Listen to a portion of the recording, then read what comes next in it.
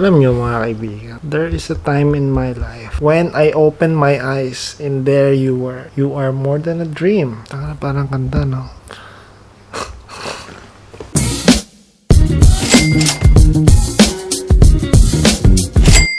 Merong pagkakataon, actually hindi lang to isang beses, maraming beses na nangyari sa akin to. Parang gusto mo lang quit sa ginagawa mo, mapa sa trabaho, mapa dito sa mga hobbies, pangarap mo sa buhay. Merong time na parang gusto ko na lang, tama na nga, wala naman nanonood sa akin, tigil ko na tong katarantaduhan na to. Pero, nung pumasok sa isip ko yun, mas pumasok sa isip ko yung, sayang naman yung mga binili kong gamit. Sayang naman yung mga pang-vlog ko kung hindi ko na itutuloy. So, nandito na ako eh. Ano bang mawawala sa akin? Wala. Everyday, parang onting push lang ang kailangan. Yun ang na-realize ko. Everyday, kailangan, kahit paano, kahit onti, merong nadadagdag sa mga ginagawa ko. Hindi naman kailangan sobrang laki ng step na gagawin mo. Kasi pag sobrang laking step ang ginawa mo, tapos hindi mo nakuha yung outcome na dapat na gusto mong makitang outcome, tendency niya madi-disappoint ka. Pag na-disappoint ka, ayan na, ang dami ng mga negative thoughts na papasok sa utak mo, hindi naman gumagana, wala nangyayari, no?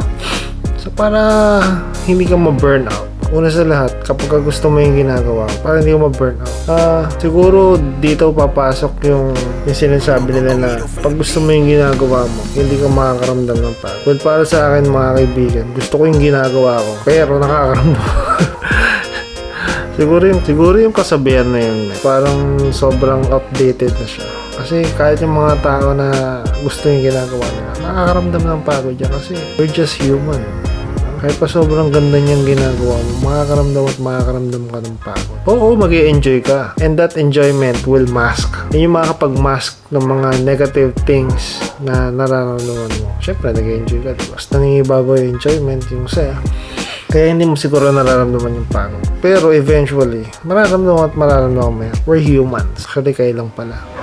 Because I'm not human. Bitch.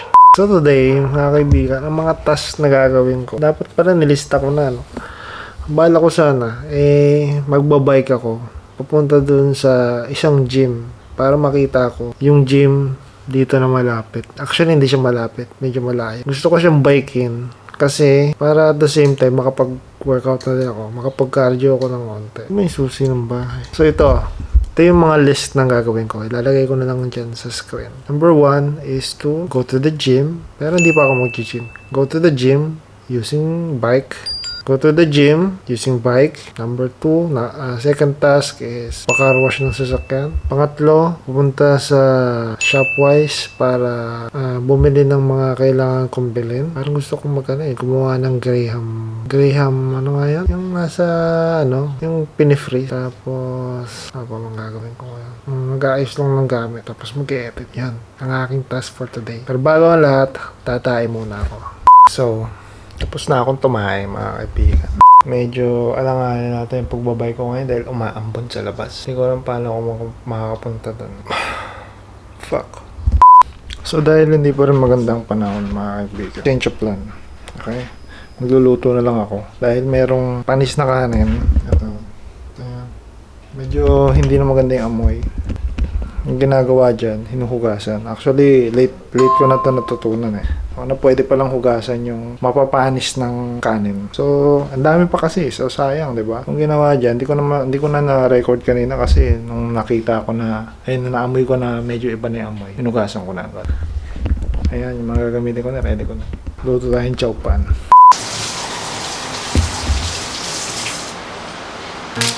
Thank you. Salamat lang ha.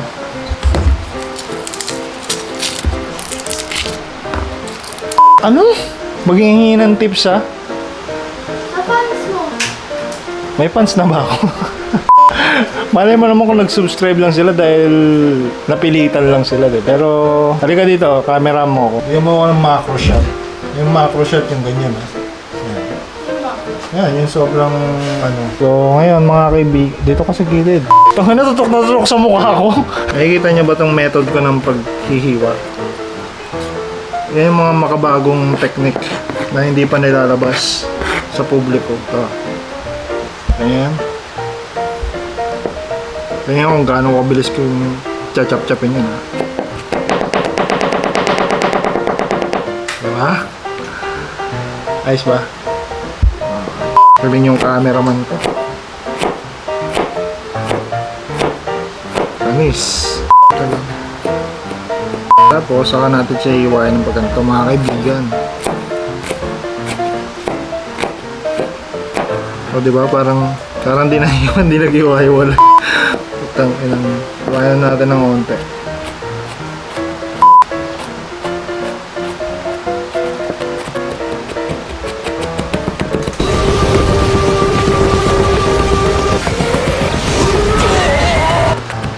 Daig mo pa nag-food processor niyan. Okay. I-zoom in mo, cameraman. Ayan, ito. Sige. Ba't naka-zoom sa akin? Dito. Naka-zoom in ha. Sobrang lapit. Ayan. Okay na. Nakatutok sa guard. Okay na? Hihiwain no? Yung sibuyas. Kita niya. Kita niya yan. Diba? Oh, panis. Mamaya magluluto pa ako ng adobo eh. Pero ngayon, dahil breakfast pa lang, tapat mo sa mukha ko, cameraman. Pag nagsasalita ako, tapat mo sa mukha ko. Okay ba, cameraman? Ayan, very good. So next, look at this. I-zoom out mo sa akin. Kita din tong ano. Ay, zoom in po. Zoom out. Yung kita ako, kita to. So next, hiwain natin tong sibuyas, mga kaibigan. Kita ba na hinihiwa ko sibuyas? Ito ang Japanese technique. Kaya 2 1, 2, 3. Tamis. Magaling kang kupal ka. Tutok mo dito. Tutok mo sa sibuyas. Isa pa, pang Japanese technique.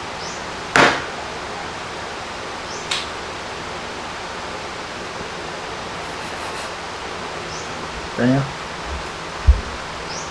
Flawless. Yan. Bali, ang ano ko talaga, ang specialty ko talaga, mga French food. Mga niluluto ko din yung mga ganun. Mga croissant, mga ganun.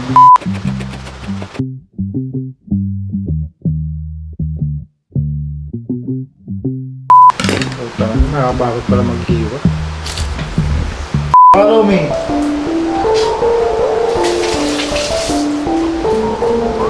May hotdog pa ba tayo? Come.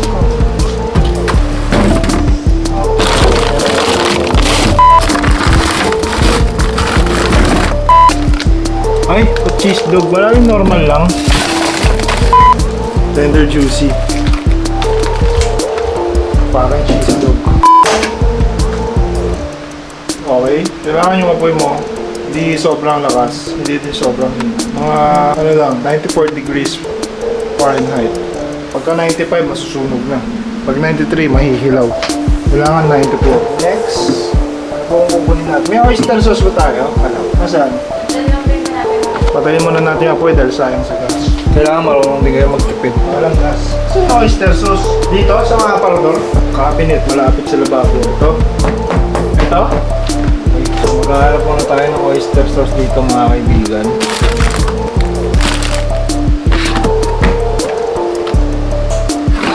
Ayun! Fuck that shit, man. Oyster sauce. Mamasita. Pag gumaling ako magluto, mag-ano na ako. Magpo-food vlogging na din ako. Tapos papa-sponsor ako sa mga food. Kailangan natin to. Mamasita oyster sauce. Kasi may gagawin ako special sauce dito. Ayun nyo lang talaga. Gagawa tayo special sauce.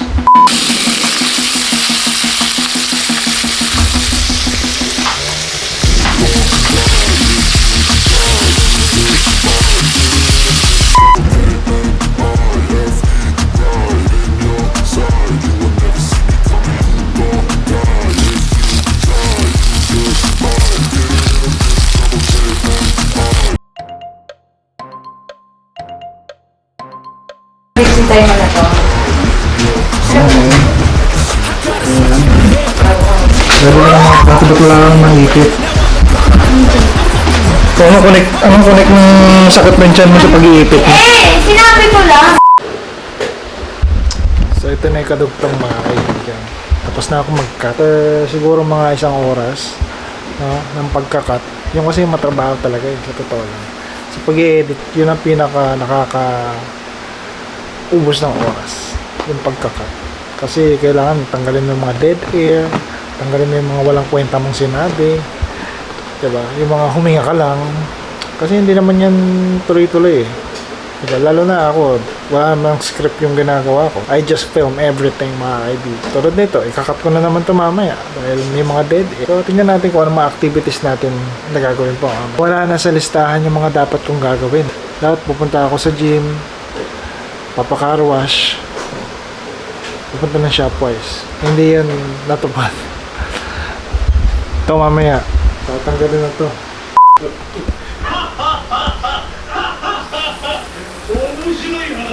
Oh shit. Fuck. So medyo mahaba na ata yung vlog ko, no? Kasalukuyan ako nagluluto ng adobo. Just so you know, ito yung first time ko magluluto ng adobo. Kasi nung nakaraan, nagluto ako sinigang. Tapos, nililista ko na yung mga steps. No? Siguro sabihin nyo, ang dali lang magluluto ng adobo, putang ina mo. Well, ganun talaga. Lahat tayo mag-i-start somewhere. At ngayon, mag-i-start ako mag-aaral magluto mga dishes. It's not too late to start something na gusto mong gawin para madagdagan yung skills mo. Ano ba naman ito? Ikat pa. Mamaya, karayan nga yan. So, hindi ko pa ito nilalagay. Sabi sa akin ng instructor ko, mamaya pa daw yan, yung patatas. So, tatanungin ko kasi naliligo yung instructor ko. Babe? Saan ka? Kala ko maliligo ka na. Ano ilalagay yung patatas? Hindi pa. Mamaya pa. Nakuluan mo. Pag maitim na yun. Wala siyang time frame. Wala. Tansya talaga yun. Okay.